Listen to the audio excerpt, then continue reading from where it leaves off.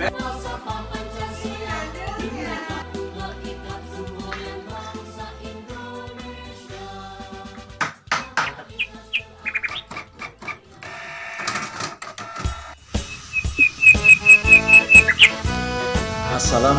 warahmatullahi wabarakatuh. Saya Nurul Hikam, guru IPA MTS Muhammadiyah Betambakan.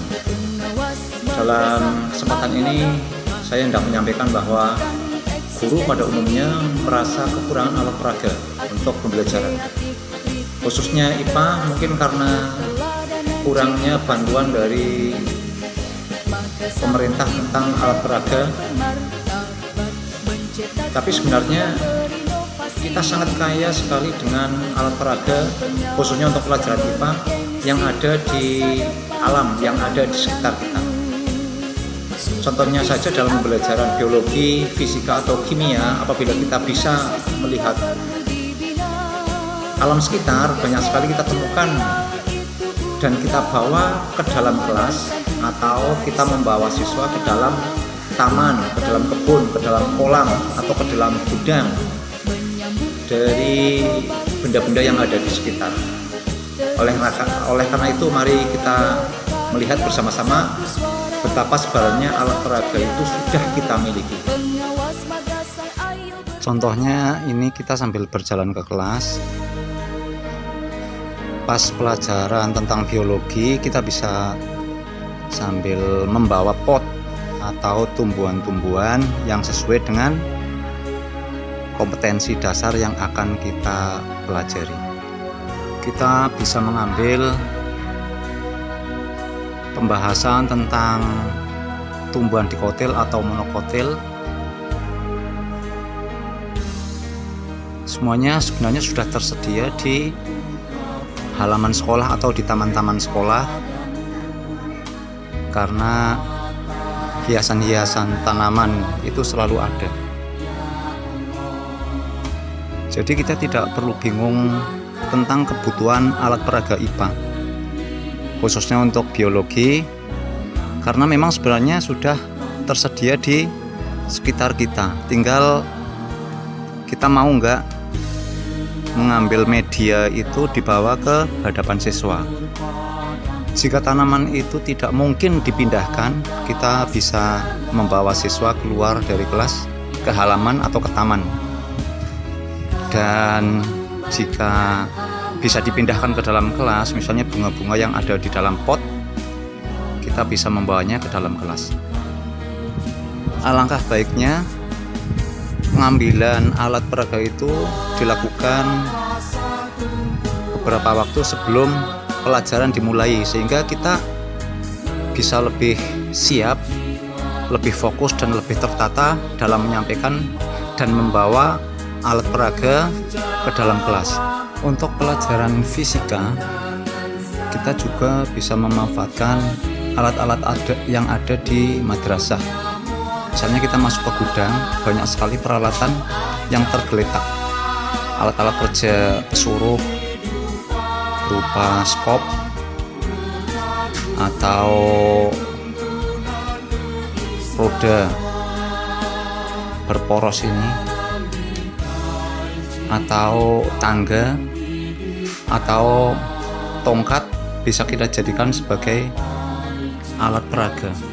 Masuk ke dapur sekolah, banyak sekali peralatan yang bisa dijadikan alat peraga juga. Misalnya sisa minyak, alat-alat yang ada di dapur, air, atau bahkan sampah kertas. Juga tongkat bisa kita jadikan sebagai alat peraga IPA.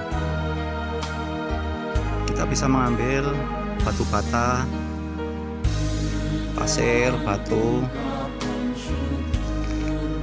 sampah, bekas bakaran sampah, besi-besi yang sedang membusuk, batu bata, atau benda-benda yang lain sebagai alat peraga IPA. Jadi memang sebenarnya tidak ada alasan bahwa kita kekurangan alat peraga. Setelah kita berkeliling dari awal video, di saat ini saya akan memberi contoh pemakaian alat peraga untuk pembelajaran IPA dari barang-barang yang ada di sekitar kita. Saya membawa kertas bekas, boleh dibilang sampah lah karena memang sudah terbuang. Ini bisa dijadikan sebagai alat peraga, misalnya dalam KD listrik statis kelas 9 semester dasar. Itu kan ada perpindahan muatan listrik. Contohnya di awan terjadinya kilat, guntur. Saya mencontohkan kenapa ketika terjadi perpindahan muatan awan itu timbul suara menggelegar. Sebenarnya gini contohnya, sangat mudah sekali. Perhatikan, ini ada suara ketika kertas disobek. Ya. Kita ulang lagi ini.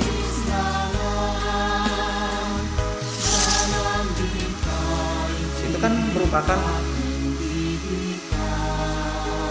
terpisahnya awan. Sebenarnya awan meskipun massa jenisnya sangat kecil, udara itu kan punya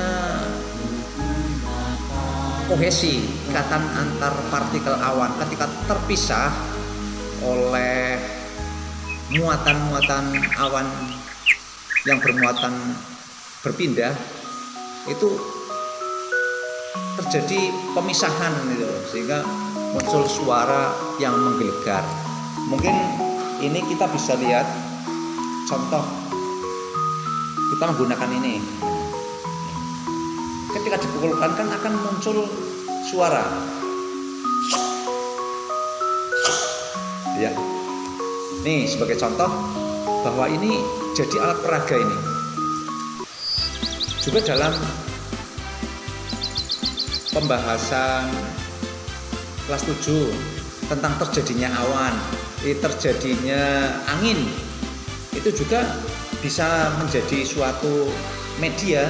Kenapa angin berpindah dari daerah yang dingin ke daerah yang panas? Seperti ada angin darat, ada angin laut, ada angin yang bertiup dari daerah kutub utara atau selatan. Seperti ini saja, sangat mudah sekali ini. Kita tiup, nanti kan ketika mulut kita meniup ada aliran udara hangat. Apa yang terjadi pada kertas kita praktekkan saja bersama siswanya.